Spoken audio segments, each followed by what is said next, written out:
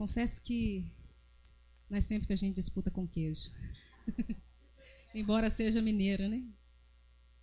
Mas enquanto o louvor fluía, o Senhor começou a ministrar algo tremendo no meu coração.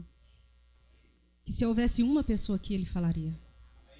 Ele viria, ainda que tivesse uma pessoa aqui. Isso é bíblico, porque 99 faltava uma, Ele foi buscar. E se Ele, que é o Rei, viria, é uma honra estar aqui. E Ele ministrou no meu coração, eu estou aqui. Alegra-te. A presença dEle é real nesse lugar. E eu falei, Pai, louvado seja o nome do Senhor, porque é o que a pastora falou e confirmou algo no meu coração, que às vezes o solteiro recebe, mas o pai e a mãe também recebem, porque os filhos estão solteiros. Amigos estão solteiros. E quantas pessoas vêm até a gente buscando algo da parte de Deus e muitas vezes a gente não tem para oferecer por falta de conhecimento. Mas quando nós temos algo para oferecer ao Senhor, da parte do Senhor para alguém, essa semente frutifica. Essa semente dá 100 por 1, 60 por 1, isso é bíblico e a palavra não mente. E eu te convido a abrir Gênesis capítulo 2.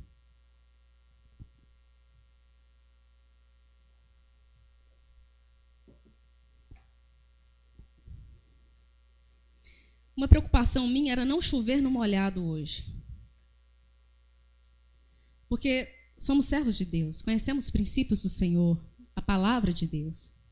Então eu não queria vir aqui com, não pode fornicação, a vida, a santidade, a restauração do altar. Eu não queria ficar chovendo no molhado, porque eu creio que isso já é algo que é do seu conhecimento, do meu conhecimento.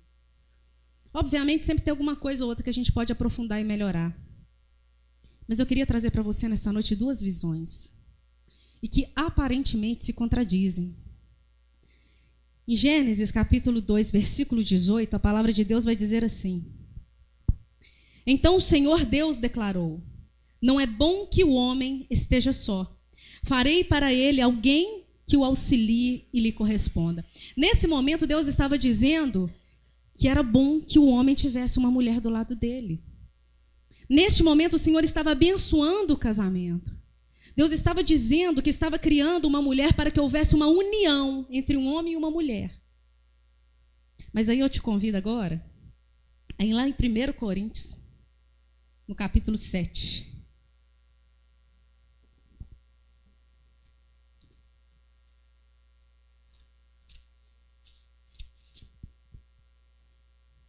Primeiro Coríntios, capítulo 7, versículo 8.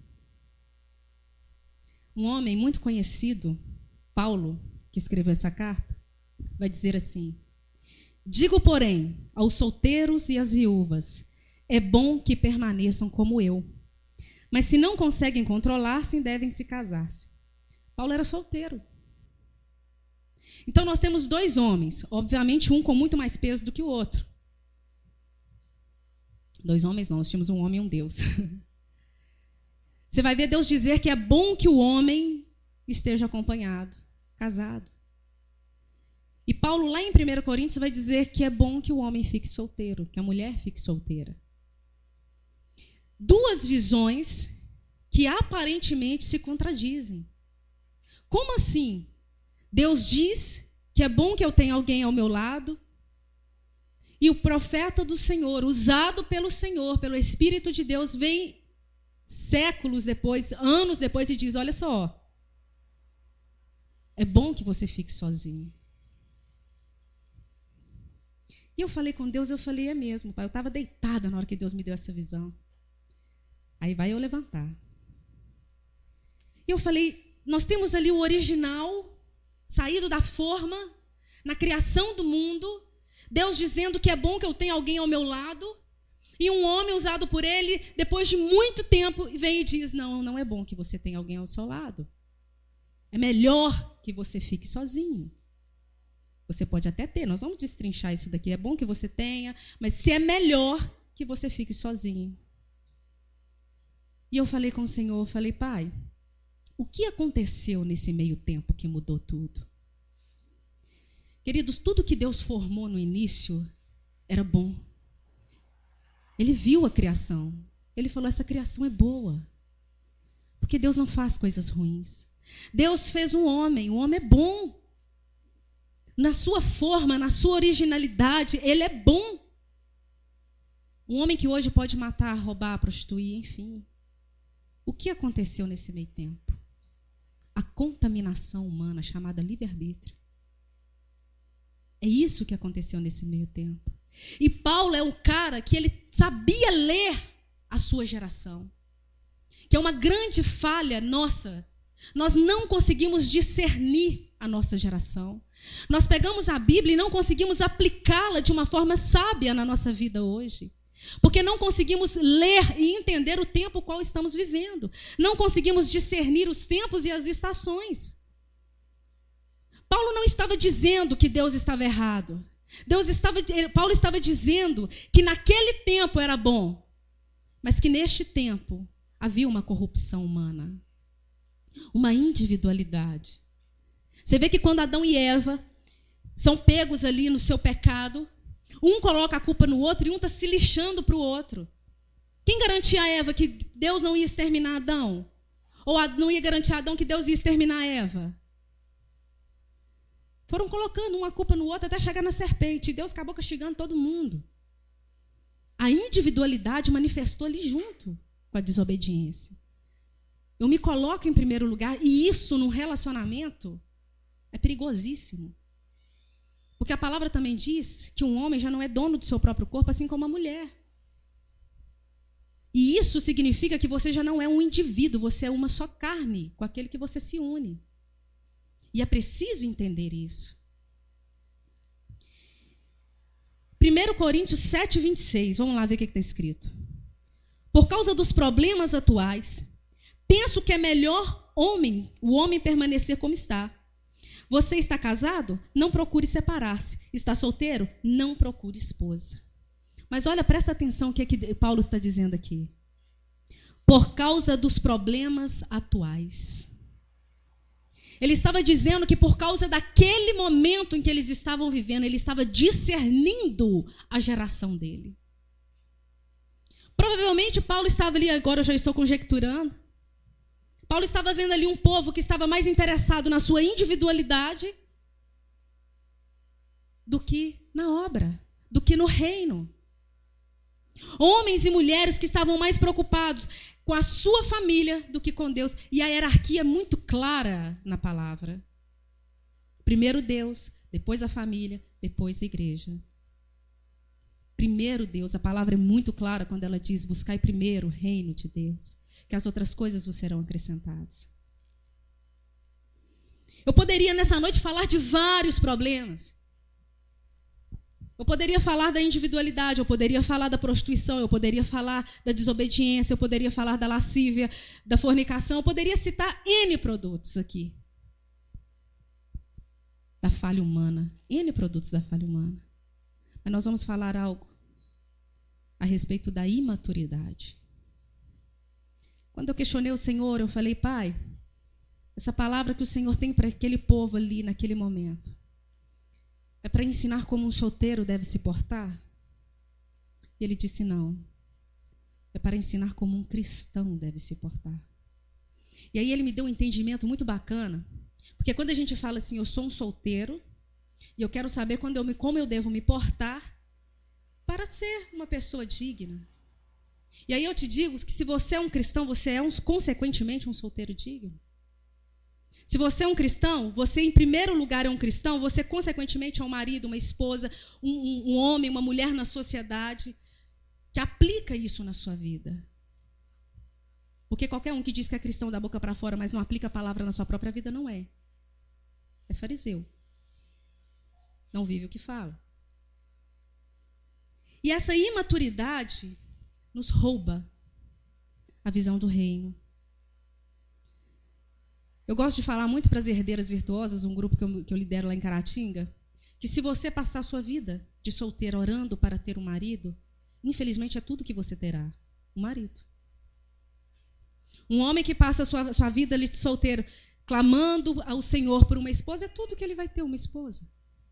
Mas quando você chega a um nível de maturidade que você entende que você, antes de ser marido, antes de ser esposa, você é cristão, você é filho chamado e escolhido do Senhor, significa que você entendeu o seu papel no reino, você entendeu o motivo pelo qual você foi criado. O problema é que nós estamos nascendo, crescendo, reproduzindo e morrendo, e isso é muito pouco, isso é muito vago, isso não é tudo e não é o suficiente para um Deus tão profundo. Deus te chamou para fazer a diferença numa geração que precisa que alguém faça a diferença. Alguém que fala, mas que também vive. Uma pessoa que vai além de status de WhatsApp, além de status de Instagram. Alguém que vai muito além do eu não faço e idolatra a santidade. E quando é que eu idolatro a santidade? Quando eu viro para alguém e digo assim, olha só, eu não vou na boate, eu não bebo, eu não fumo, eu não pratico ato sexual, então afasta-te de mim. Deixa eu te dizer, Jesus veio nessa terra para dizer a todos esses que eu acabei de citar, venha até a mim. E quando você passa a sua vida inteira, talvez ali orando, clamando, jejuando, gente, eu já não perdi as contas das vezes que eu fiz isso. Não estou falando nada que eu não vivi ou que eu não fiz, ou que eu me acho melhor. Mas eu entendi que uma madrugada clamando pelo reino, clamando pelas causas do Senhor, é muito mais válido do que clamando por qualquer outra coisa do meu próprio interesse. Porque quando eu chego no nível de maturidade de colocar o reino em primeiro lugar, eu creio que aquele que prometeu é fiel para cumprir, que todas as outras coisas me serão acrescentadas. Nos momentos em que eu estava com a maior dificuldade emocional, porque isso estava muito em atrito dentro de mim, soltando faísca dentro de mim, e eu falava, Deus, é um direito meu orar, é um direito meu clamar. E o Senhor nunca me tirou esse direito de clamar por um marido, de orar por um marido, de jejuar por um marido. Ele só me mostrou que haviam coisas mais emergenciais do que isso, mais urgentes, mais importantes. Eu estou falando de você, eu estou falando de outras vidas, eu estou falando dos meus irmãos e das minhas irmãs. Já viu aquela frase, aquele bordão que é muito conhecido? Estava sofrendo, um amigo me chamou, coloquei minha dor no bolso e fui. Acontece que a gente não vive isso. Acontece que eu posso até me preocupar com o outro. Posso até sofrer pelo outro. Nossa, que dó, que pena. Mas daí dá uma de Cirineu ir lá pegar a cruz e ir junto. E sentir na pele o que ele está sentindo é outros 500. Quantas vezes você conseguiu abrir mão daquilo que era seu, do seu tempo, de uma roupa? Quantas vezes você não deixou de comprar uma calça, uma saia, um vestido e doou dinheiro para as missões? Ou para alguém. A gente fala missão e fica parecendo que só a África passa fome. A gente esquece que o bairro do lado tem gente passando fome. A gente esquece que tem criança sofrendo. Minha filha outro dia foi no supermercado, o menino falou com ela, um menino de 7 anos, moça, me dá alguma coisa para comer? Ela foi lá dentro, ela tinha R$10, eu achei muito bonitinha, ela tinha R$10, foi lá e comprou R$10 de coisas para ele, chegou, entregou, ela chegou em casa, gente, em prantos, e aí chorou todo mundo. E ela falou, moça, ela falou assim, mãe, ele falou comigo, moça, tem 2 dias que eu não como na porta da minha casa. Mas eu estou orando por um marido dentro do quarto.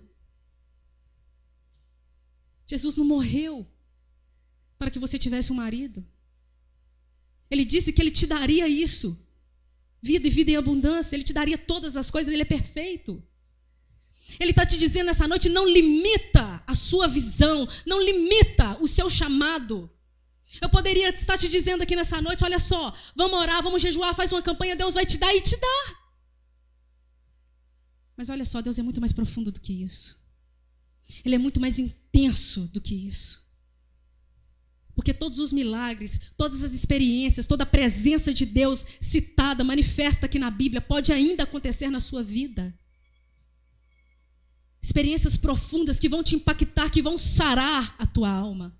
Ao ponto de você não precisar de alguém para te completar. Quando Deus me der um marido, eu vou sair em missões. Quando Deus me der um marido, eu vou fazer, eu vou acontecer. Esse era um dos meus pensamentos. E às vezes eu me via, de repente, quando esse pensamento, eu lembrava disso, eu já estava no meio do nada, sozinha dentro de um carro, num cafundó do Judas, que eu nunca tinha visto na minha vida, escutando louvor e me sentindo a mulher mais realizada. Passei por problemas dentro de casa. Eu tenho uma filha de 19 anos e uma de 17. Passei por problemas dentro da minha casa que só eu e Deus sabemos. Teve um dia que eu encostei na parede e falei: pai, dessa eu não escapo, eu não vou dar conta. Porque quando eu me tornei o chefe dessa família, ele falou: epa, quando você ficou sozinha, eu assumi o lugar, você continua sendo a mulher dessa relação. Deus não está limitado a isso. E talvez essa festa, como acontece hoje aqui, nessa cidade, de repente a gente olha para isso e pensa: o povo está se divertindo. Realmente, tem muita gente se divertindo de maneira saudável. Óbvio, isso tem. Mas no meio daquilo ali, tem uma multidão se drogando. Uma multidão se prostituindo. Uma multidão se perdendo. E Deus abençoe que não haja uma multidão morrendo nessa estrada, que é muito perigosa, inclusive. Talvez porque eu esteja orando por um marido e não esteja orando pela minha cidade. Talvez porque seja mais importante ter uma esposa ou um marido do que ter um reino inundado de almas. Imaturidade é quando eu quero assumir uma posição a qual não estou preparado. Imaturidade é quando eu me acho capaz de algo que, na verdade, eu não sou. Imaturidade é quando eu olho para o reino e falo assim: olha só, eu estou pronto, Senhor, eu vou no culto todos os domingos, eu participo das coisas da igreja. Mas, de repente, falta em mim uma chama. Sabe como é que eu sei que eu tenho uma chama acesa? Quando eu começo a atrair pessoas. Quando as pessoas começam a olhar para você e ver uma diferença. E ninguém vai ver essa diferença na sua vida enquanto você não manifestá-la de fato. E o Espírito Santo consegue discernir o teu espírito. Consegue discernir a motivação do teu coração. Se há em você um desejo, se há em você uma motivação correta, Ele se ocupará de te ensinar, de te forjar, de te mostrar os caminhos para você alcançar a maturidade. Nós precisamos respeitar o tempo do crescimento. As diferenças, por isso a graça que acomoda as diferenças. E a partir daí você começa a conhecer um, começa a conhecer outro. Ora, até um dia que você entende que você precisa começar a ter um alimento mais sólido. E esse alimento sólido vai te levar às profundidades que o Espírito Santo tem para você, aos mergulhos que o Senhor tem para você no oceano dele. E quando você consegue mergulhar, quando você consegue atingir essa maturidade, essa mentalidade de Cristo, você começa a ver como Jesus vê, você começa a pensar como Jesus pensa, você começa a caminhar e a marchar como Jesus, e de repente, você sai da sua casa para uma vigília, e eis que aparece o varão valoroso. Mistério profundo nessa hora. E eis que aparece a varoa. Porque a gente fica perseguindo as bênçãos. E a palavra de Deus diz: certamente as bênçãos do Senhor me perseguirão. O que é seu está te perseguindo.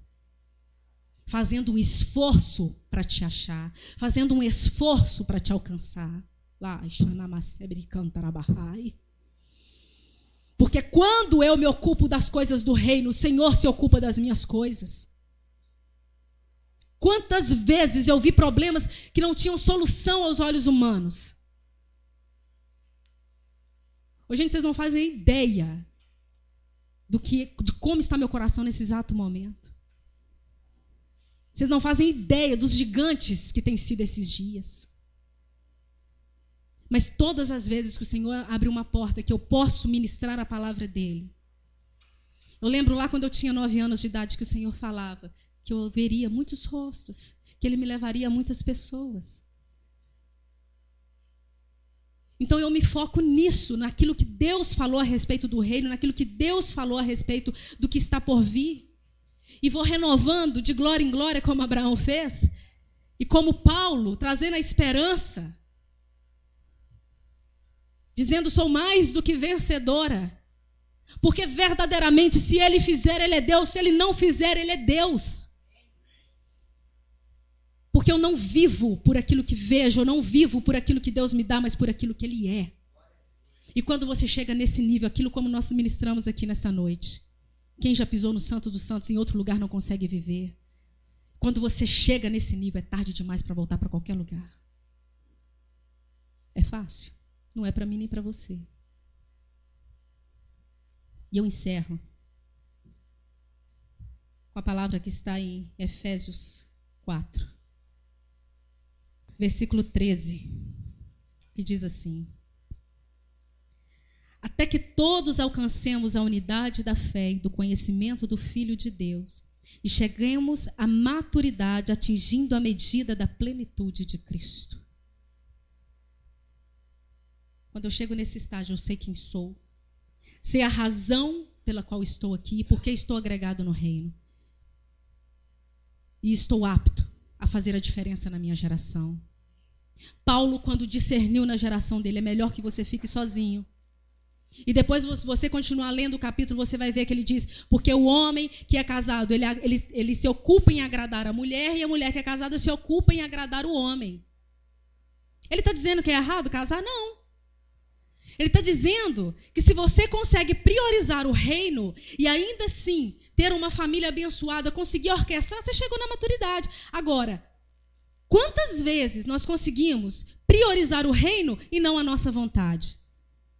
Porque a palavra também vai dizer, e não sou eu que digo, que aquele que casa terá muitos problemas. Isso é fato, gente. Tem um monte de gente casada aqui que não me deixa mentir. Olha o outro rio lá atrás. Ué. Está falando que é ruim? Não. Agora você vai ter que lidar com o mau humor do outro, você vai ter que lidar com o dia ruim do outro, e isso é um problema. A parte boa não precisa nem falar. Nós estamos falando daquilo que vai dar errado, porque o que deve certo é lucro. Se prepare para estar em segundo plano. Ninguém casa para ser feliz, casa para fazer feliz. Construa primeiro o seu relacionamento com o Senhor. Que o resto vai fluir. O resto vai nascer. E quando você menos esperar, a pessoa certa vai chegar. Quando você menos esperar, a noite vai clarear e vai amanhecer. Mas junto com ela um monte de obra linda. Com ela um monte de coisas maravilhosas que você vai ter vivido na presença do Senhor. E que este seja o seu galardão.